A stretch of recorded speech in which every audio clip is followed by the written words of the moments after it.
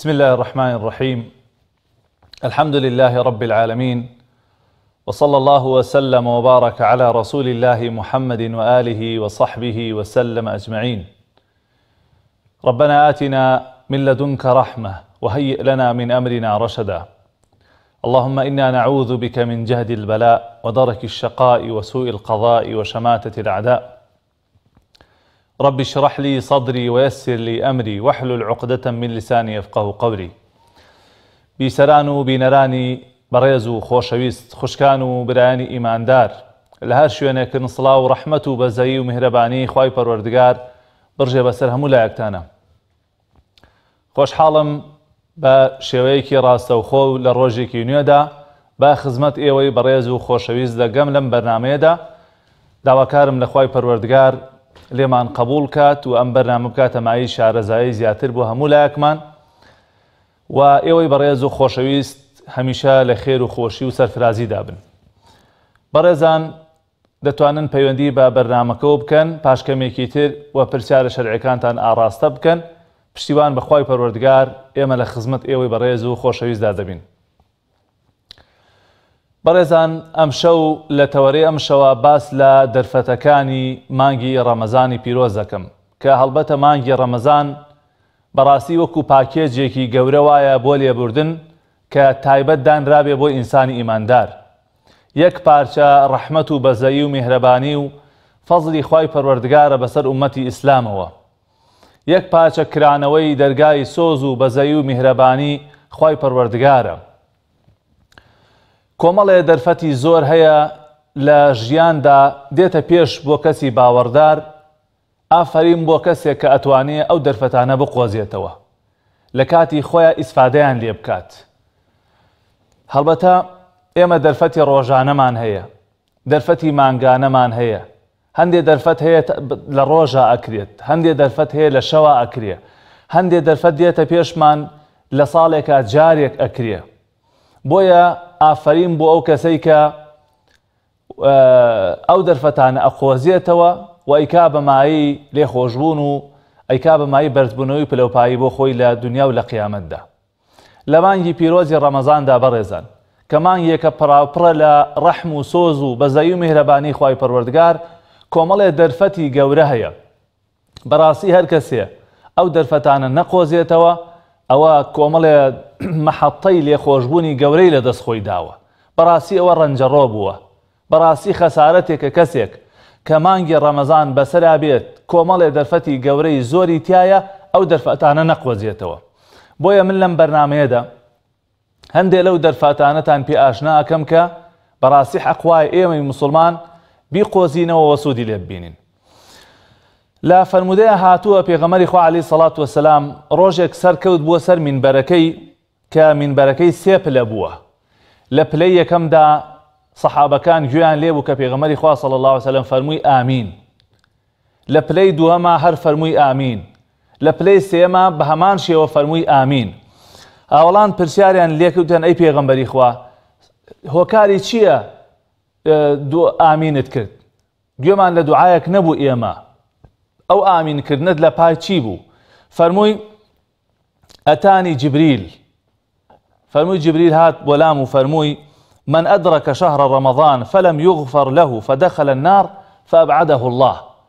فەرمووی هەر کەسێک مانگی ڕەمەزان بەسەریا هاتوو، ئەم کەسە مرد و چووە ئاگرەوە، کارێوای نەکردبوو کە خوای پەروەردگار لێی رازی بێ و لێی خۆش بێ، خوا ئەوە نەیتر لە ڕەحمەت و بەزەیی خۆی دووری بخاتەوە. ئەی محەممەد تۆ بڵێ ئامین، ئەڵێ من شوتم ئامین.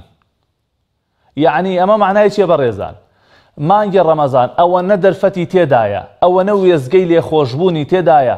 ئەگەر کەسێ نەتوانێت لە هەر وێزگەیەک لەم وێزگانە ئیسفادە بکە و کارێ نەکا لێی خۆش ببێ و خوای پەروەردگار لێی خۆش ببێ و ئەم کەسە پاک بێتەوە لە گوناه و تاوان، بەڕاستی ئەوە خەسارەتمەندە. بەڕاستی ئەوە نەیتر دوور بکەوێتەوە لە بەزەی و ڕەحمەتی خوای پەروەردگار، چونکە ئەم مانگە دەرفەتی زۆری تایە بۆی کە ئینسان پلەپایی خۆی بەرکاتەوە لە لای خوا، بۆی کە گوناه و تاوانەکانی هەڵوەرێنێ، بۆی کە خوای پەروەردگار لێی خۆش بێ. جا من بەسەرعی لە خزمەتانە هەندێک دەرفەت باسەکەم بەڕێزان. یەکەم بە ڕۆژوبوونی ئەم مانگە دەرفەتێکی زۆر گەورەیە، ئەجر و پاداشێکی زۆر گەورەیە. خوا فەرمی ئەیامن معدودات، ڕۆژانێکی دیاری کراوە دوێنێ ڕۆژ دنیا بدەیتر ناگەڕێتەوە. ئەمڕۆ کە دێت ئەو دەرفەتە نەقۆزیتەوە ئەمڕۆ بە ڕۆژوو نەبی ئەڕوا و ئەبرێتە و جارێکی تر ناگەڕێتەوە.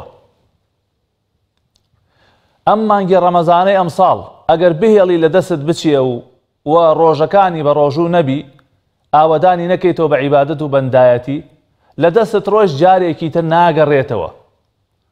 پێغەمبەری خوا صلی الله علیه وسلم سەبارەت بە ڕۆژوەکەی کە ئەم فەرمایشتە زۆر بیستومانە کە فەرمێ من صام رمضان إيمانا واحتسابا غفر له ما تقدم من ذنبه. هەر کەسێ مانگی ڕەمەزان ڕۆژەکانی بە ڕۆژوو ببێ بە ئیمان و یەقینێکی تەواوەوە بە ئومێدی پاداشتەوە لەبەر ڕەزامەنی خوای پەروەردگار بە ڕۆژوو بێ خوای پەروەردگار لە هەموو گوناه و تاوانەکانی لەو پێشی خۆشە بێ. ئەمە بەڕاستی زۆر جێی دڵخۆشیە بۆ هەموو ئیماندارێک، بۆ هەر کەسێک کە تونی ئەبێ، هەر کەسێک کە برسی ئەبێ بە ڕۆژە بەڕێزان بیر لەم فەرمایشتەی پێغەمبەری خوا بکەنەوە صلی الله علیه وسلم کە تۆ ئەم ڕۆژوەی بە ڕۆژوو ئەبی ئەبێتە مای سڕینەوەی هەموو گوناه و تاوانەکانی لەوە پێشت. یا لە فەرمایشتە هاتووە فەرمێ وەڕەمەضان إلى رمضان مكفرات لما بينهن. مانگی ڕەمەزانێک تا مانگێکی ڕەمەزانی تر هەموو گوناهەکانی نێوانی ئەشۆرێتەوە ئەیکوژێنێتەوە. بۆیە بەڕاستی ئەمە وێزگەیەکی زۆر گەورەیە، دەرفەتێکی زۆر گەورەیە بۆ هەر کەسێک کە بیقۆزێتەوە. دەرفەتی دووهەم کە لە مانگی ڕەمەزاندا هەیە بریتە لە ئاوەدانکردنەوەی شەوەکانی بە نوێژ و بە تەراویح کە ئەمیش دیسان ئەگەر کەسێک نەیتوانی لە ڕۆژوەکەیە ئەو دەرفەتە بەدەست بێنێ و گوناهەکانی بشۆرێتەوە ئەتوانێت لێرەیە بیشۆرێتەوە. من قام رمضان إيمانا واحتسابا غفر له ما تقدم من ذنبه. هەر کەسێ مانگی ڕەمەزان شەوەکانی ئاوەدان بکاتەوە بە شەو نوێژ بە نوێژی ویتر بە تەراویحکردن ئەوە خوای پەروەردگار لە هەموو گوناه و تاوانەکانی لەوە پێشی ئەبورێت و لێی خۆشە بێ. یعنی بەڕێزان خوای پەروەردگار لە بەندەکانی خۆش بێ. مانگێکی بۆ ناردوین پڕاوپڕە لە دیاری. ئەگەر کەسی ئەو دیاریی خوا وەرنەگرێ و نەیەوێ ئەو دیاریی خوای پەروەردگار وەرگرێ بەڕاستی خەسارەتمەند و ماڵکاول و ماڵوێرانە. ئەمە سەبارەت بە شەو نوێژەکەیشی دیسان وێزگەیەکی گەورەیە. جا لە ڕەحم و بەزەی خوای پەروەردگار ئەم شەو نوێژەی نەخسەتە درنگانی شەوەوە لە مانگی ڕەمەزانە. هەر ئێوارە دوای نوێژی عیشا توانی تەراویحەکەت بکەی خوای پەروەردگار بە شەو نوێژ بۆتە نووسێ. وێزگەی سێهەم بەڕێزان کە ئەکرێ ئینسان وەکو دەرفەتێ بیقۆزێتەوە و بیکاتە مای بەدەستێنانی ڕەزامەنی خوای پەروەردگار بریتێ لە بەربانکردنەوە بە خەڵکی ڕۆژەوان.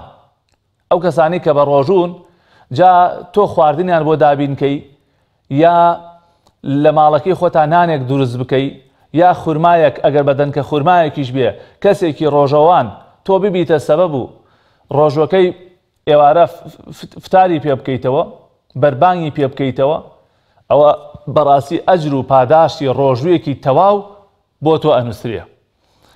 پێشتر باسمان کردەوە بەڕێزان یەک ڕۆژ بە ڕۆژوو بوون لەبەر خوای پەروەردگار 70 ساڵ لە جەهەنەم دوورت دەخاتەوە. ئێوارە تۆ خواردنێک بۆ کەسێکە کڕی بەهۆی ئەو خواردنەوە کەسێک یا دوو کەس یا خێزانێک ڕۆژوو ئەشکێنێ چەندێ خێر بۆ ئەوان نووسراوە ئەوەنیش بۆ تۆ ئەنووسرێ. هەمەشی دەرفەتێکە بەڕێزان. جاری وایە بەدەن کە خورمایەک ئەم خێرە دەسەکەوێ، جاری وایە بە دروستکردنی خواردنێک کە چەند کەسێ بانگەکەی بۆ ماڵەکەی خۆت یا خواردنەبەی بۆ ماڵی فەقیرێک هەژارێک کە بەو نان خواردنەی تۆ فتارەکەنەوە هەموو خێرەکەی ئەوان بۆ تۆی شەنووسێ بەبێ ئەوەی لە خێری ئەوانیش کەم کاتەوە. پێغەمبەری خوا عەلەیهی سەڵات وەسەلام لە فەرمودەیەکا فەرمێ من فەطەرە صائما كان له مثل أجره غير أنه لا ينقص من أجر الصائم شيء.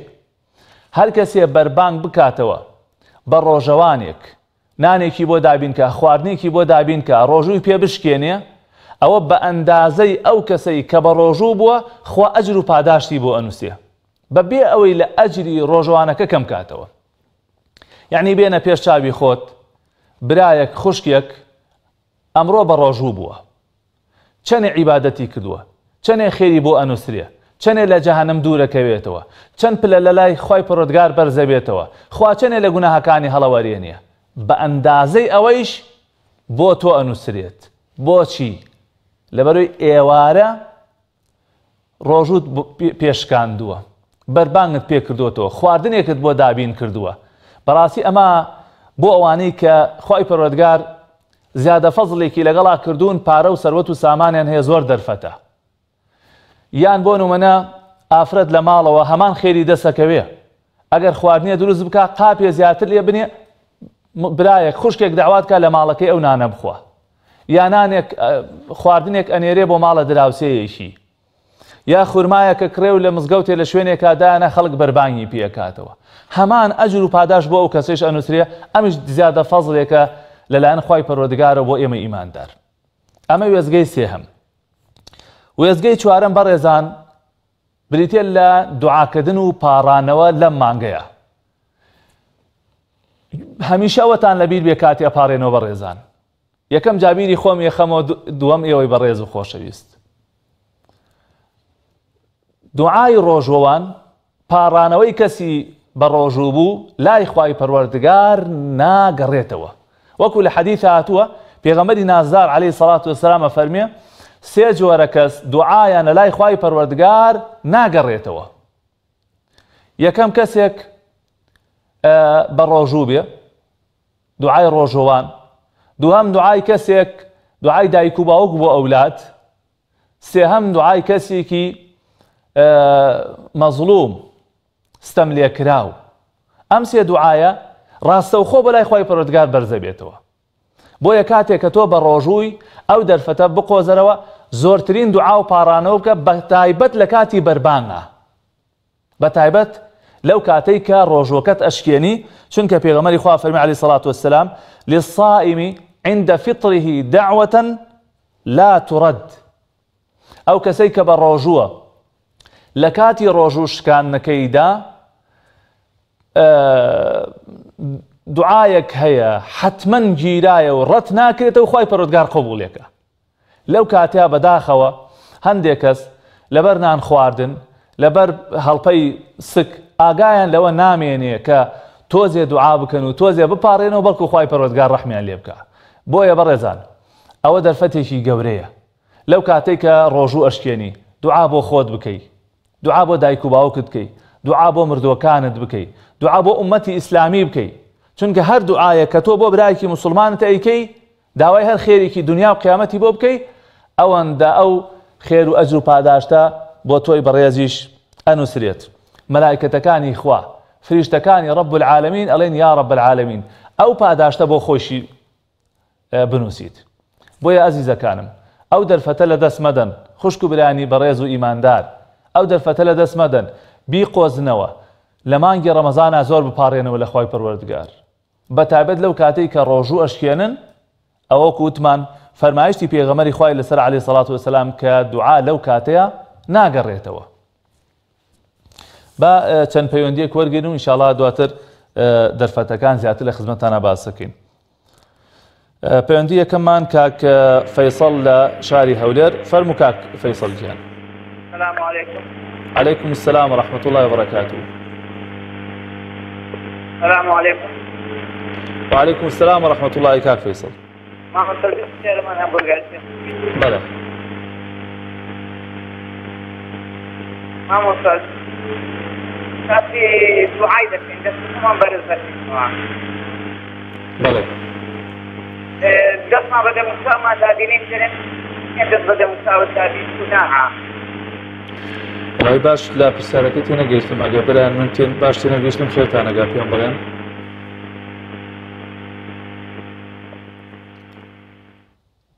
بوو کاک فەیسەڵ، بەڕاستی دەنگت لای من ساف نەبوو. ئەها بەسەر چاو ئینشاڵڵا وەڵامت ئەدەمەوە برا ئازیزەکەم. کاک فەیسەڵ گیان. دایکی محەممەد فەرموو. دایکی محەممەد. السلام عليكم. عليكم السلام ورحمة الله وبركاته. دەستخۆشیان بەرنامەجێکم مامۆستاجان. خوالت ڕازی بێ، خوشکی بەڕێزم. ئێوەشەڵام مامۆستاجان، وەڵا وتم لەوەیەک ڕامان کرد نازانم سەلەم لێ خواردووە، بیرم ناکرێت ئەسانم ئیسعی سەنە سنەت بگرم بکەوێتەوە بەر ئەو ڕۆژانەم. لە ڕەمەزانی تر خواردووت ها؟ بەڵێ ناوتیەکە ساڵی نەوتیەک ڕامان کرد بیرم نایەت، وا زانیمەوەتیان جێژنەیەکن نازانم سەلمان لێ خواردووە. وەڵا بەسەر چاوم خوشکی بەڕێزم. ئیتر سنەتەکان بگرم ئەکرێتەوە بەر ئەو ڕۆژانم ئینشاءڵڵا وەڵام تەدەم و دایکی محەممەد بەسەر چاو دوعای خێر بکەم مامۆستاجیان مزگەوتەکان بکرێتەوە بۆ سافیلان نەکەنەوە و بازاڕەکانەکەنە بۆ ماڵی خوا ناکەنەوە لێمان سەراوی حەکیتیا بکەین ئینشاءڵڵا ئینشاءڵڵا خوشکی بەڕێزم بەسەر چاو خی گەورە پایدارت کە السلام علیکم عەلەیکم السلام وەڕەحمەت اللهی خی گەورە لێت ڕازی بە خوشکی بەڕێزم کاک هاوکارمان لەگەڵایە لە هەولێرە فەرموو کاک هاوکار گیان الو بەڵێ گیان خوا لێت ڕازی بە براکەم سەلامەت پرسیارەکەم هەبوو بەڵێ زەکات لە مارەی خێزانی دەکەوی ئەگەر لەسەر و نۆپەیوی بەسەر چاو هەرە و پرسیارەت هەیە کاک هاوکار بەڵێ بەڵێ بەسەر چاو ئینشاڵڵا گوێبیستی وەڵامە بیت پشتیوان بخوە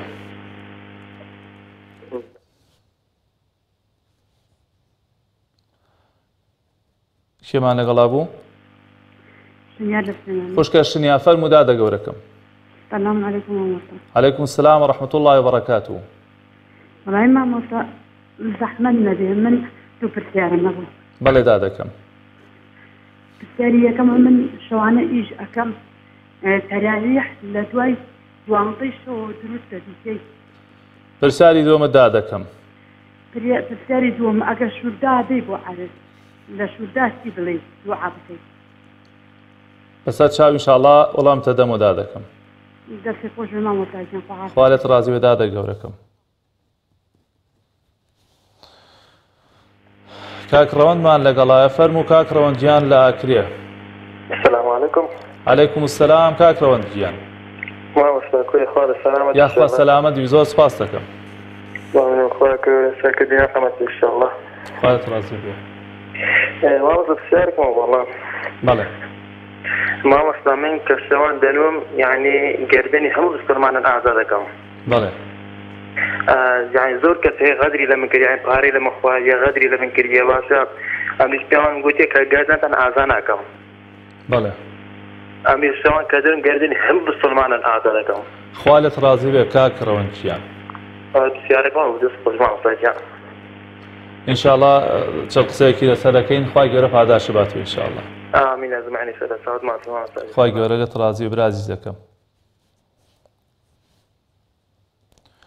دایکی سەفا لە گەرمیانەوە فەرموو دایکی سەفا بەڵێ مامۆستاجیان سەلام عەلەیکم عەلەیک سەلام خوشکە بەڕێزەکەم یاخوا بێوەی بین مامۆستاجیان وەڵای مامۆستاجیان پرسیارێکم هەیە بەڵێ خوشکی من تەمەنم تقریبەن تا ساڵ نیوە لە دایک و باوکم منیانەوە خاوەن نەکردە بەڵێ ئایا ئەجر باوکم میسە نەماوە ئایا ئەجر دایکم ماوە ئایا ئەجر باوک و دایکم لەسەر من هەیە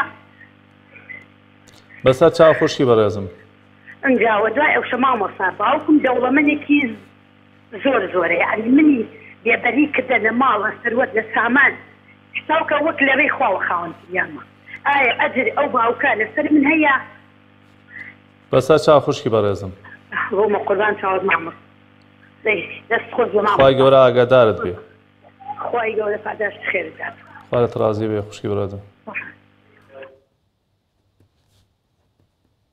کاک ئەحمەدیان فەرموو السلام عليكم مامۆستاجیان عەلەیکم السلام وەڕەحمەت الله وبەرەکاتوه مامۆستاجیان دەستخۆشی بەرنامەکە لێ دەکەم یاخوا خوا لێت ڕازی برا عەزیز دەکەم زۆر سوپاس مامۆستاجیان فەرموو لە خزمەتیم مامۆستاجیان پرسیارێکم هەبوو سەبارەت بە منداڵ بەڵێ يعني منداڵە تا يعني لە تەمەنی چەندەوە نوێژ و ڕۆژووی يعني پێ باشە هەرەو پرسیارەتێک کاک ئەحمەد بەڵێ مامۆستاجیان بەسەر چاو ئینشاءڵڵا وەڵام تەدەمە برا گەورەکەم دەست خۆش مامۆستاجیان خوای گەورە پایدارت کە زۆر سوپاس بۆ جەنابەت کاک عوسمان لە سەی سادقەوە فەرموو کاک عوسمانکیان مامۆستاجیان مەرحەبا لێ سەر هەردوو چاوم مامۆستاجیان چاوەکەمی خوا لێت ڕازی بێت قوربانم مامۆستاجیان وەڵی من قەرزارم و سەحەب نۆ مناڵیشم کەساغەتکار بەس خۆشم ئایا ڕۆژبوون نەگرم قەرزار ئەبم چی بکەم بەسەر چاو کاک ئەحمەد ئینشاءڵڵا وەڵام تەدەمە برا عەزیزەکەم باشە چاوەکەم مامۆستاجیان خوا ئاگادارت بێت بەڵێ خۆشەویستانم یەکێکی تر لە دەرفەتە گەورەکانی مانگی ڕەمەزان بریتیە لە زیندووکردنەوەی سونەتی ئیعتیکاف کە بەداخەوە تا ڕادەیەک سونەتێکی فرامۆش کراوە. ئیعتیکاف واتە مانەوە لە مزگەوتە بە نیەتی عیبادەت و بەندایەتی. جا تاقی ئەمێنیتەوە، شەوێ ئەمێنیتەوە، دەشەوە ئەمێنیتەوە، بەتایبەت لە دەشەوی کۆتاییە عادەتی پێغەمبەری خوا بوو عەلەیهی سەڵات وەسسەلام ئەو دەشەوەی کۆتایی لە مزگەوتە ئەمایەوە خۆی یەکلایی ئەکردەوە بۆ عیبادەت و قورئان خوێندن و نزا و پاڕانەوە لە کۆتایی مانگی ڕەمەزانە و خێزانەکانی ئیعتیکافیان نەکرد. لە دوای وەفاتی پێغەمبەری خوا صلی الله علیه و سلم خێزانەکانی ئیعتیکافیان نەکرد. سەحابە بەڕێزەکان، زاناکان، خواناسان ئەم سونەتەیان کردووە. بەڵام تا ڕادەیەکی زۆر لەم سەردەمەی ئێمەیە ئەم سونەتە فرامۆش کراوە. ئومێد دەکەم هەر کەسێ زیندوی بکاتەوە ئەجر و پاداشتی زیندووکردنەوەی سونەتی پێغەمبەری خوای صلی الله علیه و سلم دەستکەوێت. لە مزگەوتەکانە ئایا بۆ 2 سعات 3 سعات، ئایا بۆ شەوێک 2 شەو یا هەر دەشەوە کە ئەمێنیتەوە ئیعتیکافەکەی، ئەویش بەڕاستی دەرفەتێکی زۆر گەورەیە بۆ زیندووکردنەوەی سونەتێکی پێغەمبەری خوا عەلەیهی سەڵات وەسسەلام. یەکێکی تر لە دەرفەتەکان بریتیە لە ئاوەدانکردنەوەی شەوانی قەدر کە ئەمە دەرفەتێکی ترە خوای پەروەردگار لە کۆتایی ئەم مانگەیە دایناوە بۆ ئەوەی کەسێک ڕەزامەنی خوای پەروەردگاری تێدا بەدەست بێنیە، بۆ ئەوەی کەسێک ئەگەر نەیتوانیەوە توێشوی باش کۆ بکاتەوە ئەو شەوە لەبەر خاتر خوا ئاوەدام کاتەوە بە عیبادەت، خوای پەروەردگار خێری 1000 مانگ چاکەی بۆ ئەنووسێ. برانی بەڕێز و خوشکانی ئازیزم، دیقەت بدەن چەندێ خوا فەزلی لەگەڵا کردوین. ئێمە چەندین شەو هەتا بەیانی ناخەوین، خەڵکێکی زۆری شەیە کە ئێستا هەتا بەیانی ناخەوێ. بەڵام ئەوە نەیماوە ئەو شەوە لەبەر خاتر خوای پەروەردگار زیندوی بکاتەوە، کۆمەڵی عیبادەتی باشی تیا بکە، کۆمەڵی دوعا و پاڕانەوەی زیکر و قورئان و ئەو بابەتانەی تیا بکە بۆی خوا بە ئەجری لەیلەتول قەدر بۆی بنووسیە. چەند کەسەیە چەندین خەڵک هەیە ئەڵێ هەتا نوێژی بەیانی من ناخەومەوە. دێ وەڵڵاهی ئەمە فرسەتێکی گەورەیە. تەنها بە ئاوەدانکردنەوەی شەوێک خوای پەروەردگار عیبادەتی زیاد لە 83 ساڵت بۆ ئەنووسێ. بەنەسی ئاەتی قورئان وما أدراك ما ليلة القدر ليلة القدر خير من 1000 شهر. نافرمێ بەقەت 1000 مانگ چاکە، ئەفەرمێت لە 1000 مانگ خێر و ئەجر و پاداشتی زیاتر و زۆرترە. بۆیە بەڕاستی هەر کەسێ لە ئەو عیبادەتی ئەو شەوە لە خێر و بەرەکەتی ئەو شەوە بێبەش ببێ کە فریشتەکانی خوا دائەبەزن، کە جیبریل دائەبەزێ، کە ڕەحمەت و بەزەوی میهرەبانی خوا دائەبەزێ، تۆ لەو کاتەیە خەوت بێتی بەڕاستی لە خێرێکی زۆر گەورە خۆت بێبەش کردووە. دەرفەتێکی زۆر گەورەت لە کیسی خۆت داوە. بۆیە بەڕێزان بەڕاستی ئینسانی ئیماندار بە دوای حەسەنەیەکە ئەگەڕێ، بە دوای چاکەیەکە ئەگەڕێ، بە دوای فەزلێکە ئەگەڕێ. تۆ بە یەک شەوێک 83 ساڵ عیبادەتت بۆ بنووسریە، 1000 مانگ زیاتر چاکت بۆ بنووسریە. بەڕاستی حیفە ئینسانی ئیماندار ئەو دەرفەتە گەورانە لە دەست خۆی بدە. دەرفەتێکی تر بەڕێزان لە دەرفەتەکانی مانگی ڕەمەزان بریتیە لە تەدریبکردن و ڕاهێنانی نەفس لەسەر وازهێنان لە گوناه و تاوان. بەڕاستی دەرفەتێکی چاکە بەڕێزان کەسێ ئالوودە بووە بە مەشروب خواردنەوە لەم مانگەیە وازی لێ بێنێ، کەسێ ئالوودە بووە بە جگەرە خواردنەوە لەم مانگەیە وازی لێ بێنێ. یەک مانگی تەواو تۆ ڕاهێنانەکەی وەکوتر خۆت پێ ناگیرێ، بەڵام مانگێکی تەواو ئەتوانی خۆت بگریتەوە لە خواردنەوە ئەو شتانە یا لە خواردنی ئەو شتانە. زۆر دەرفەتێکی زۆر گەورەیە بەڕێزان مانگی ڕەمەزان بۆ ئەوەی واز لە خۆ خراپەکان بێنی. هەرێک لە ئێمە ڕەنگە هەندێک خۆی خراپی تیابێ، کەسێک مبتەلا بێ بە نەزەرکردنەوە، کاتێک کە یەک مانگ تۆ لەبەر خاتری خوا چاوت ئەگریتەوە، ئەمە ڕاهێنانێکی باشە. بۆیە حکمت لە واجببوونی مانگی ڕەمەزان ئەوەی ئینسانەکان جارێکی تر ڕاست بکاتەوە، ئینسانەکان جارێکی تر بێنێتەوە سەر سکەی ڕاستەقینە، سەر ڕاستە شەقام. خوا فەرمێ یا ئەیها الذین ئامنوا ئیمانداران کتب عەلەیکم الصیام، ڕۆژوو کە لەسەر ئێوە فەرز کراوە، کەما کتب عەلی الذین من قبلکم، لەسەر خەڵکانی پێش ئێوەش فەرز کراوە. حکمت چییە؟ فەلسەفەی ئەم ڕۆژوە چییە؟ بۆچی؟ لعلکم تتقون، بۆی فێری تەقوا بن، بۆی خۆتان ڕاست بکەنەوە، بۆی هەڵەکانتان ڕاست بکەنەوە، بۆی کۆمەڵێ خۆی خراپ هەیە وازی لێبێنن، خۆتان ڕابێنن لەگەڵ خۆ باشەکانە. لە ڕەمەزانە ئەتوانی تەراویح بکەی ویترەکەی بەڵام دوای ڕەمەزان ویتر ناکەی ڕەمەزان پێتەڵێ بە ئاسانی ئەتوانی بیکەی ئەتوانی شەو نوێژ بکەی ئەتوانی هەندێک جار ڕۆژوو سونەت بگری تەماشاکەی برایەک خوشکێک لەم مانگەیە ئەتوانێت سەرجە مانگەکە بە ڕۆژوو بێ هیچ کێشەی نییە بەڵام وەکوتر لە مانگی ڕەمەزان بترازێ لە غەیری مانگەکانی ترا ناتوانێت تەنها دووشەمەیەک بە ڕۆژوو بێ ناتوانێت پێنجشەمەیە بە ڕۆژوو بێ ناتوانێت ئەو ڕۆژانەی کە سونەتە و خێری چاکیانێ بە ڕۆژوو بێ بۆیە بەڕێزان بەڕاستی مانگی ڕەمەزان دەرفەتێکی زۆر گەورەیە بۆ ئەوەی واز لە خۆ خراپەکان بێنین ئەو لەو مانگەیە شەیتانەکان کۆت کراون لەو مانگەیە شەیتان وەکو پێویست دەسەڵاتی نییە بەسەر ئینسانەکانە نەفس و هەوامان ڕووی لە خوای پەروەردگارە بەڕاستی جێگەی خۆیەتی هەر کەسێ ئەوێ لەم مانگەیە خۆی بگۆڕێ بەڕاستی ڕەمەزانە بێ مانگی گۆڕانکاری بێ ئەبێ ئەو ڕۆژوە کاریگەریت لەسەر دروست بکە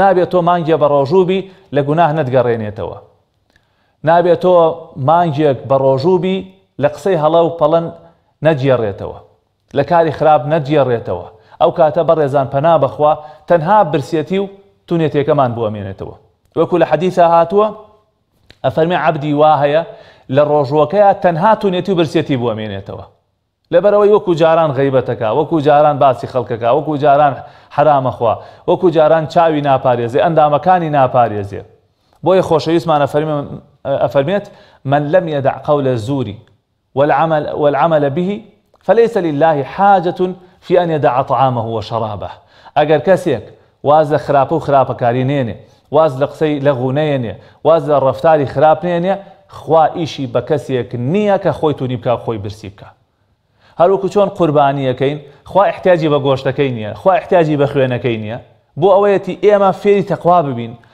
لەڕێی ئەو حەیوان و قوربانیکردن خۆمان لەخوا نزیکەینەوە بەڕاستی ڕۆژوش ئاوهایە بەڕێزان بۆ ئەوە فەرز کراوە لەسەر ئێمە تا خۆمان لەخوا نزیکەینەوە تا ئەو خۆ خراپانە لە خۆمان دوور بخەینەوە تا خۆمان فێری شتی چاک بکەین ڕەمەزان فێری سەبر تەکە فێری ئەوە تەکە دان بگری بە خۆتە ئارامت هەبێ فێر تەکە ئاگات لە حاڵی برسیەکان بێ فێر بەخشندەیی تەکە یعنی کۆمەڵێ دەرس و وانەی زۆر گەورەیتیایە قوتابخانەی ڕۆژوو بۆیە بەڕاستی جێگەی خۆیەتی دەرفەتێک لە دەرفەتەکان ئەوەیە کە تۆ ئەم ڕاهێنانە بکەی و هەوڵ دەی ئینشاڵڵا لەم ڕاهێنانە سەرکەوتوبی دەرفەتێکی تر بەڕێزان لەو دەرفەتانەی کە ئەکرێ ئینسان لەم مانگەیە بیقۆزێتەوە بریتێ لە گرنگیدان بە قورئان ئەم مانگە بەڕێزان مانگی قورئانە مانگی دابەزینی قورئانە هەموو ساڵێ پێغەمبەری خوا صلی الله علیه وسلم لە مانگی ڕەمەزانە ختمی قورئانی کردووە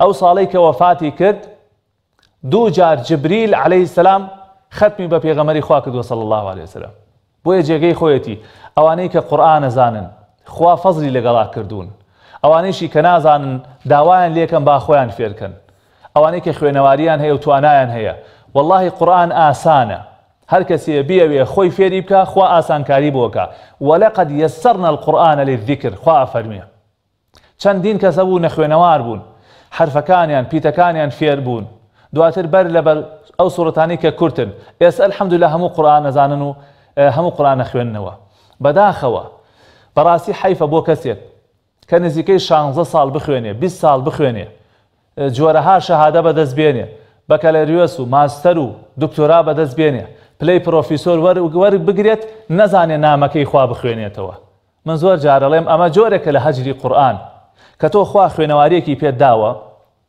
بزانە ئازانی ئەو نامەی خوا بخوێنیتەوە کە بۆت هاتووە قورئان نامەی خوایە بۆ من و تۆ و هەموو لایەکمان ئەزانی ئەو نامەی خوا بخوێنیتەوە ئەی باشە بەڕێزان یعنی تا ڕادەیەک یعنی ئینسان نابێ هەست بە خەجاڵەتی کێشێ کە بزانێ هەموو شتێ بخوێنێتەوە بەڵام نەزانێ نامەکەی خوا بخوێنێتەوە هی وایە خۆی فێری چەندین زمان کردووە بە چەندین زمان ئەزانێ قسە بکە بەڵام نازانێت دوو لاپەڕی قورئان بخوێنێتەوە بەڕەوانی قورئان عادەتی وایە بەڕێزان ئەبێ لە ڕێگەی مامۆستاوە فێر ببی لە خزمەت مامۆستایەکە خۆت فێر بکەی بۆیە ئومێد دەکەم ئەوانەی کە قورئان نەزانن لەم مانگەیە ختمی قورئان بکەن ئەوانەی کە نازانن ئەتوانن لە لای مامۆستای خۆیان فێر بکەن یا بە قەڵەم قورئان گوێ لە قورئانەکە بگرن بۆی لە بەرەکەتی ئەم مانگە بێبەش نەبن کە ئەعمال و کار و کردەوە لەم مانگەیە مضاعەفە بە چەندین قات خوای پەروەردگار ئەجر و پاداشی ئەداتەوە. دەرفەتی کۆتایی کە ئەمێ لەم بەرنامە لە خزمەتتان باسی بکەم بریتە لە ئەنجامدانی عومرە لە کاتێکی ترا یان ئەگەر ئەمساڵ کرایەوە کە ئێستا بەداخەوە بەوەی ئەم نەخۆشیەوە عمرە ڕاگیراوە خەڵک ناتوانە سەردانی ماڵی خوا بکە داواکەم لە رب العالمین لەم کاتە پیرۆزەیە خوا ئەو دەرگایەمان بەڕووا بکاتەوە و ئەو نەخۆشیە هەڵگرێت لە وڵاتانی موسڵمانان بەتایبەت لە حەرەمەین بۆ ئەوەی ئەو خەڵکانی کە تامەزرۆی ماڵی خوان بچن سەردانی ئەو ماڵە بکەن و عمرە ئەنجام بدەن. پێغەمبەری خوا فەرمی عەلەیهی سەڵات وەسەلام عمرة في رمضان تعدل حجة وفي رواية حجة معي. ئەفەرمی هەر کەسێک عمرەیەک لە مانگی ڕەمەزانە ئەنجام بدا ئەوە وەکو حەجێکی کردبێ ئاوا خێر و پاداشی بۆ نووسرێ. طبعا حەجەکەی لەسەر ناکەوێ بەڵام لە خێر و پاداشتا ئەکرێ وەکو حەجێک خوا خێر و پاداشی بۆ بنووسێ.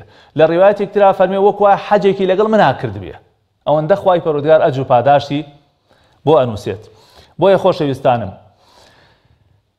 پێش ئەوەی وەڵامی پەیوەندیەکان بدەمەوە لە کۆتایی قسەکان ماڵێم ڕەمەزان دەرفەتێکی زۆر گەورەی تایە وێستگەی زۆری تایە بۆ لێخۆشبوون بۆی ئینسان کارێ بکە لە گوناهەکانی پاک بێتەوە هەر لە ڕۆژوگرتنی هەر لە شەو نوێژی هەر لە دوعا و پاڕانەوەی هەر لە خۆڕاهێنان لەسەر کاروکردەوە باشەکان لە ئاوەدانکردنەوەی لەیلەتول قەدر لە ئەنجامدانی عومرە لە دەستگیرۆیکردنی فەقیر و هەژار. پێغەمبەری خوا صلی الله علیه و سلم لەم مانگەیە زۆر سەخی بووە کاتێ باسی سەخاوەتی پێغەمبەری خوا ئەکەن ئەفەرموون کەڕیح المرسلە وەکو بایەکی توند چۆن بووە ئاوا دەستی واڵا بووە. وكان أجود ما يكون في رمضان. پێغەمبەری خوا صلی الله علیه و سلم لە هەموو عالم بەخشندەتر بووە کەس نەبووە هاوشێوەی پێغەمبەری خوا عەلەیهی سەڵات وەسەلام. بەتایبەت لە مانگی ڕەمەزانە فەرموون زۆرترین سەخاوەت و بەخشندەی پێغەمبەری خوا لە مانگی ڕەمەزانە بووە. ئەو برا بەڕێزانەی کە خوا پارەیەکی پێداون کە ماڵ و سەروەت و سامانێکی پێداون ئەو خوشکانی کە خوا فەزلی لەگەڵا کردوون پارە و سەروەت و سامانتان هەیە ئەگەر پێغەمبەری خواتان خۆشە عەلەیهی سەڵات وەسەلام ئەگەر ئەڵێن ئێمە شوێن کەوتەی ڕاستەقینەی پێغەمبەری خوان عەلەیهی سەڵات وەسەلام پێغەمبەری خوا لەم مانگە لە هەموو کەس بەخشندەتر بووە. یەکێ لە صفەتە باشەکان و صفەتە گەورەکانی پێغەمبەری نازدارمان لەم مانگەیە زۆر بەخشندە بووە. بەڕاستی حەق وایە لە منەوە تا هەموو موسڵمانێک بە ئەندازەی توانای خۆی لا يكلف الله نفسا إلا وسعها بە ئەندازەی توانای خۆی لەم مانگەیە بەخشینی زیاتر بێ لە مانگەکانی تر. اتقوا النار ولو بشق تمرة. خۆتان لە ئاگر بپارێزن ئەگەر بە بەخشینی لەتێک خورمایشە بێ. لەم مانگەیە بە جۆرێک لە جۆرەکان بەخشندەیی زیاتر بکەن دەستان زیاتر واڵا بکەن یارمەتی فەقیرەکان بدەن تا خوا دڵتان خۆش بکە تا ئەو دڵتەنگیەی هەتانە لێتان دوور بکەوێتەوە تا ئاسوودەی بۆ ماڵەکانتان بگەڕێتەوە تا فەقیرەکانیش بە ئیسراحەت دووتی کەنان بخۆن بۆیە دەستکەنە گیرفانتانە لەم مانگەیە ببەخشن واللهی خوای پەروەردگار بە چەند قات بۆتان پڕەکاتەوە.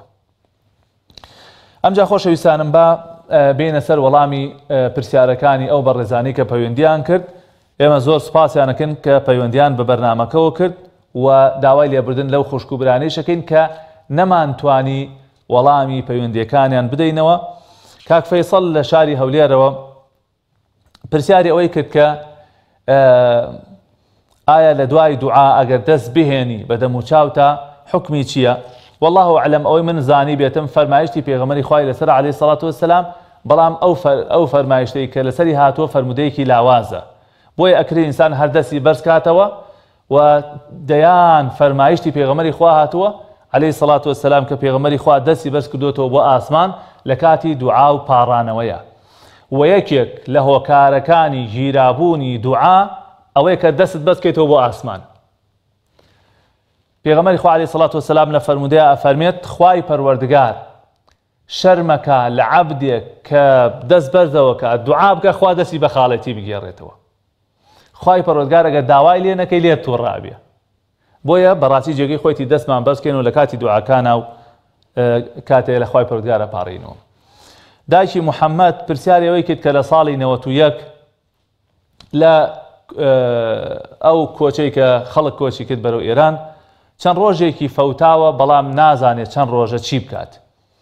خۆشی بەڕێزم ئەبێ بە مەزەنەی خۆت غالیبی ظەنی خۆت غالیبی گومانی خۆت چەند ڕۆژت لە دەست چووە بێ ئەوە ڕۆژ بگریتەوە بۆ نمونە بە مەزەنەی خۆت بیرەکەی تۆڵەی تقریبان لە 10 ڕۆژەوە بۆ 15 ڕۆژم لە دەست چووە هەوڵ بدە تۆ لانی زیاتر بگرە ئەو ڕۆژانە بگێڕەوە و ئەگە بتوانی لەگەڵیشە ڕۆژوو سنەت بگری بۆ نمونە دووشەمان و پێنجشەمان بە ڕۆژوو ببی ئینشاءڵڵا ئومێد دەکەین خوای پەروەردگار ئەو ڕۆژوانت بۆ پڕکاتەوە ئەو بەڕاستی وەزعێکی تاڵ بوو وەزعێکی ناخۆش و ناڕەحەت و بەسەر ئەو میلەتە هات داواکارم لە خوای پەروەردگار جارێکی تر ئێمە ئەو ناڕەحەتی و ناخۆشیە نەبینینەوە و دوعای خێرت بۆ کەم دایکی محەممەد کە تۆ ئەوەنە حەریصی لەسەرەوەی کە ئەو ڕۆژوانت بگێڕیتەوە کە لەو ناڕەحەتی و ناخۆشیە لە دەست چووە خوا مۆفەقت کە خوا خێر و بەرەکەتی خۆی بەسەر تۆ و هەموو کەسێکا بڕێژێ کاک هاوکار لە هەولێرەوە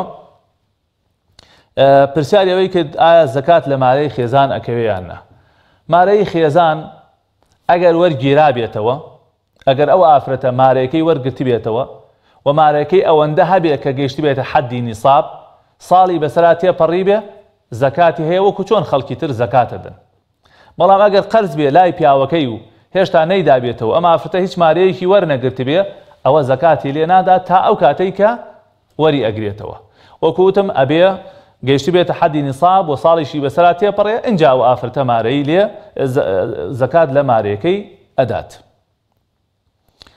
خوشکە شنیار لە شاری سلێمانیەوە پرسیاری ئەوەی کرد کە من تەراویح لە دوای 12 شەوەکەم ئایا ئیشکالی هەیە نەخێر خوشکی بەڕێزم دامەزراوە و تەراویح کاتێکی دیاریکراوی نییە بڵێ ئللا لە دوای نوێژی خەوتنانەوە بکرێ ئەتوانی سەعاتی دوای نوێژی خەوتنان ئەتوانی درەنگتر بەڵام ئینسان هەوڵ بدا کاتێ بیکە ئەوەندە خەوی نەیەت کە نەزانێت چی ئەڵێ نەزانێ ئەمە چی نوێژێکەیکە باش وای ئینسان کاتێک بیکات چست و چالاک بێت و ئاگای لە نوێژەکەی بێ لەبەر خەو نوێژەکەی لە کۆڵ نەکاتەوە بەرحاڵ سعات 12کەی 11کەی هەر کاتێکی ترێکی ئینشاءڵڵا تەراویحەکە دامەزرا و دروستە خوشکی بەڕێز و پرسیارێکی تری ئەو بۆ ئایا لە سوژدەیە کام دوعا بکات خوشکی بەڕێزم باشترین دوعا لە سوژدەیە ئەو دوعایانەیە کە پێغەمبەری خوا کردوێتی صلی الله عليه وسلم بۆچی واڵێم چونکە پێغەمبەری خوا لە هەمومان باشتر ئەزانێ چ دوعایەک پێویستە کام پاڕانەوە زەرورە ئینسان چی دوعای بکە هەوڵدە ئەو دوعا جامیعانە بکە بۆ نمونە پێغەمبەری خوا صلی الله عليه وسلم لە سوژدەیە ئەو دوعای کردووە اللهم اغفر لي ذنبي كله دقه وجله وأوله وآخره وعلانيته وسره زۆرترین دوعاکانی پێغەمبەری خوا صلی الله عليه وسلم لە دەوروبەری لێخۆشبوون و لە شتاغی و سەلامەتی بووە اللهم إني أسألك العافية في الدنيا والآخرة أفرمي هیچ عبدێک دوعایەکی نەکردووە چاکتر و باشتر بێ لەم دوعایە کە داوای عافیەت و دووربوون لە بەڵام موسیبەت بکەی یا ڕەبی خوایە لەشم ساقی دوورم کەی لە بەڵام موسیبەت داوای لێخۆشبوون بۆ خۆت بۆ دایک و باوکت چونکە شوێنی گیرابوونی دوعایە بەڕێزان سوژدە أقرب ما يكون العبد من ربه وهو ساجد نزیکترین کات ئەوەیە کە تۆ لە سوژدەیە بیت عەبد لە هەموو کاتێ نزیکترە بۆیە فەئەکثیروا الدوعاء زۆر بپاڕێنەوە بۆ دایک و باوکتان بۆ خەڵک ئەبوو دەردا یەکێ لە سەحابەکانی پێغەمبەری خوا فەرمێ من لە سوژدەیە داوای خێر بۆ براکانم ئەکەم بۆ 7 کەس یەک بە یەک ناویان نەهێنم تەسەوورکەن چەندێک گرنگە بەڕێزان تۆ لە سوژدەیە حوسڵەی ئەوەت هەبێ تااقەتی ئەوەت هەبێ بمێنیتەوە تا دوعا بۆ 7 لە براو دۆست و خۆشەویستەکان دەکەی بەڕاستی ئەمە ئیمانێکە زۆر زۆر گەورەیە کە تۆ لە سوژدەیە دوعا بۆ کەس و کار و دۆست و خۆشەویستەکانت بکەی بەرحاڵ دوعاکردن لە سوژدەیە زۆر باشە بە تایبەت ئەو دوعا جامیعانەی کە داوای خێری دنیا و قیامەت بەیەکەوە کات کاکە ڕەوەند پرسیاری ئەوەی کە شەوان جاروا بۆ بە خەڵکی و تۆ گردنی ئازا ناکەم یان بڕیاری داوە گردنی ئازانەکە بەڵام شەوان کە چێتە سەر جێگەی خەوتن گردنی هەموو خەڵک ئازا دەکا کاک ڕەوەند خوای گەورە لێت ڕازی بێ بەڕاستی کارێکی چاکە ئینسان بتوانێت دڵی پاک بێ حقد و بغض و کینە لە دڵیان نەهێڵێتەوە لەبەر خاتر خوای پەروەردگار خەڵک عەفوو بکا و چاوپۆشی لە خەڵک بکە دڵنیا بەخوا چاوپۆشی لێکە دڵنیا بە سینە صافی ئەو دڵت وا لێ بکەی بێغەل و غەش و حقد بێ وەڵاهی زۆر گەورەیە و زۆر پاداشێکی گەورەی هەیە خوای پەروەردگار لەو کەسانەمان بگێڕێکە ئەتوانین لە خەڵک عەفوو بین ئەوەی چاوەڕێی ئەوە بکە ئەوەی خەڵک عەفو نەکا چاوەڕێەوە نەکا خوایش عەفویکە الراحمونە یەرحەموهم الرەحمان ئەوانەی لە بەزەیان بە خەڵکا دێتەوە خوا بەزەی پیا دێتەوە ئەوانەی بەڕاستی مامەڵەی ناشیا و ناشایستە لەگەڵ خەڵکاکەن خوای پەروەردگاریش بە جنسی خۆی مامەڵەی لەگەڵ ئاکات بۆیە کارێکی باشەکەی داوای تەوفیق و یارمەتیت بۆ بکەین لە خوای پەروەردگار خوا لێت ڕازی بێ دایکی سەفا لە گەرمیانەوە پرسیاری ئەوەی کرد ئایا من ئەجی دایک و باوکم لەسەرە لە کاتێکە بە خێویان نەکردوم بە تایبەت باوکی کە بێبەشی کردووە لە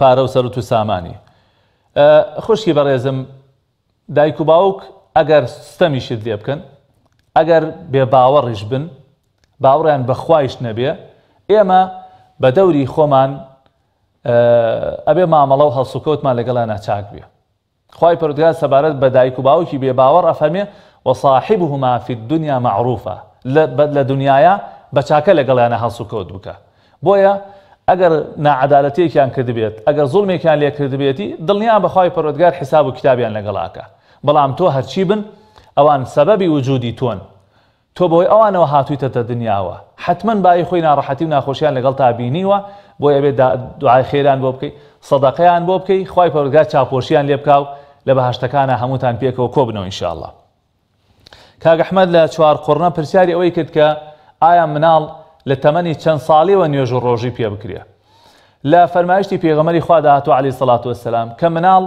لە 7 ساڵی فەرمانی پێ بکرێ کە نوێژ بکە لە 10 ساڵی لەسەر نوێژ گوێچی ڕابکێشرێ لێپێچینەوەی لێ بکەی لە 10 ساڵی ئەگەر نوێژ و ڕۆژووی نەکرد بۆی عولەما فەرمون قیاس لەسەر ئەمە ڕۆژوش هەروایە ئەگەر مناڵ بتوانێت لە دوای 6 ساڵیەوە ئەگەر هەموو ڕۆژەکانیش نەگرێ هەندێ ڕۆژ بگرێ یان تر لە تەمەنی 10 ساڵیەوە تەواو لێی تووڕە ببی کە ئەبێ بە ڕۆژوو بێ خۆی لە شەرعا هەتاک و نەگەنە حەدی بلوغ واجب نییە لەسەریان بەڵام ئەگەر مناڵ تۆ لە مناڵیەوە ڕای بهێنی لە 10 ساڵیەوە و لە 8 ساڵیەوە زیاتر و کەمتر بەڕاستی ئەو مناڵە وای لێت یە ڕۆژووگرتن بەلایەوە ئاسانە بێ و فێری ئەبێت بۆیە لە تەمەنی 7 ساڵیەوە فەرمانیان پێ بکەن ئەگەر توانیان زۆریان لێ مەکەن لە تەمەنی 10 ساڵی لێپێچینەوەیان لێ بکەن بەڵکو ئینشاءالله فێری ڕۆژوو و نوێژ ببن پەیوەندی کۆتاییمان کاک عوسمان بوو لە سەید سادق فەرمووی کە من قەرزارم و صاحب ماڵ و خێزانم ئیشەکەم ئایا ئەتوانم بە ڕۆژوو نەبم کاک عوسمان ناکرێت لە سەرتاوە تۆ بڕیاری ئەوە بدەی بڵێ من بە ڕۆژوو نابم لەبەرەو ئیشەکەم لە شەرعا باسی هاتووە ئەفەرمێ ئەو کەسانەی کە ئیشی قورسیان هەیە و هەرچی داهات و دەستکەوتیانیش هەیە لەسەر ئەو ئیشەیە نانەتوانی واز دە و ئیشە بێنن ئەوە ئەبێت تۆ هەڵسی پارچێ و بکەی بە ڕۆژوو ببی ئەگەر زۆرت بۆ هات ئینجا بیشکێنی نابێ هە لە سەرتاوڵی بە ڕۆژوو نابم ئەبێت تۆ نیەتی لێبێنی ڕەنگە خوا دەرفەتت بدا ڕەنگە خوا بۆت ئاسان بکە ڕەنگە هیچ کێشەیشت بۆ دروست نەبێ ڕەنگە ئیشەکەت ئەوەندە قورس نەبێ بتوانانی لەگەڵا بە ڕۆژوو ببی لەبەرەوە ئەبێت تۆ نیەت بێنی و بچیتە سەر ئیشەکەت ئەگەر زۆرت بۆ هات ئەو کاتە بیشکێنی طبعا ئەمە فتوایەکی عام نییە بۆ هەموو کەسێک ئەبێ ئەو کەسە ئیشەکەی قورس بێ نەتوانێت لەگەڵا بە ڕۆژوو بێ و بژێوی ئەو ماڵ و مناڵەی لەسەر ئەو ئیشە بێ ئەگەر ئەو ئیشە نەکا هیچ دینارێکی لە ماڵەکان نەبێ ئەو کاتە فتوا بۆ ئەو کەسانە ئەدرێ کە ئیشەکانیان قورسە نەکەر کەسێک چوە سەر ئیشەکەی لە بازار تۆزێ بێتاقەت بووە تۆزێ سەری ئێشا بڵێ وەڵا کاکە من ئەیشکێنم و من کاسبی یەکەم ئومێد دەکەم ئینشاءالله وەڵامەکان لە جێگەی خۆیان بوو بێت ئەوەی پێکا بێتمان و ئەوەی تەواو بوو بێ ئەوە فەزڵ و منەتی خوای پەروەردگارە ئەوەیشی نەمان پێکا بێ ئەوە لە نەزانی و لە خۆمانەوەی داواکەم لە خوای پەروەردگار خوا چاوپۆشیمان لێ بکە بەڕێزان کاتی بەرنامەکەمان کۆتایی هات ئومێدەوارم ئینشاءالله سوودێکمان بە ئێوەی بەڕێز و خۆشەویست گەیاند بێ ئێمە دوعای خێر بۆ هەموو خوشک و برایەکی مسلمانی خۆمانەکەین داوامان وای ئێوەش دوعای خێر بۆ ئێمە بکەن خوای پەروەردگار بە کەڕەم و ناوەجوانەکانی خۆی ڕەحمەت و بەزەی و میهرەبانی بۆ سەر دڵەکانمان دابارێنێ لە خوای عەزە وەجەل پاڕینەوە لەم کاتە پیرۆزەیە خوا قەڵەمی عەفو بەسەر تاوانەکانمانە بێنێ خوا هەموو لایەکمان سەرفرازی دنیا و قیامەت بکە ڕەحم بە ئومەتی پێغەمبەری خوا بکە صلی الله علیه وسلم ئەوانەی نەخۆشن خوای پەروەردگار شیفای بەخێریان بۆ بنێرێ ئەوانەی قەرزارن خوا دەروی خێریان لێ بکاتەوە ئەوانەی کە گرفتارن دەردەدارن هەر مشکلە و ناڕەحەتی و ناخۆشیەکانێ یا رب العالمین بێ بەهانایانەوە هەر کەسێک داوای دوعای خێری لێکردوین پێویستی بە دوعای خێری ئێمە هەیە یا ڕەبی خوا دەروی خێران لێ بکەیتەوە ئەوانی منداڵت پێ نەبەخشین و منداڵی ساڵحیان پێ بەخشی ئەوانەی منداڵیان هەیە منداڵەکانیان بۆ ساڵحکەی ئەم نەخۆشی و پەتا و بەڵایە خوایە لە کۆڵی ئومەتی ئیسلامی بکەیتەوە دەرگای مزگەوتەکانمان بەڕوا بکەیتەوە یا رب العالمین ئەم میلەتەی ئێمە تووشی خێر و سەرفرازی و خۆشی دنیا و قیامەتکەی آمین آمین وصلى الله وسلم على نبينا محمد وآله وصحبه وسلم أجمعين والسلام عليكم ورحمة الله وبركاته.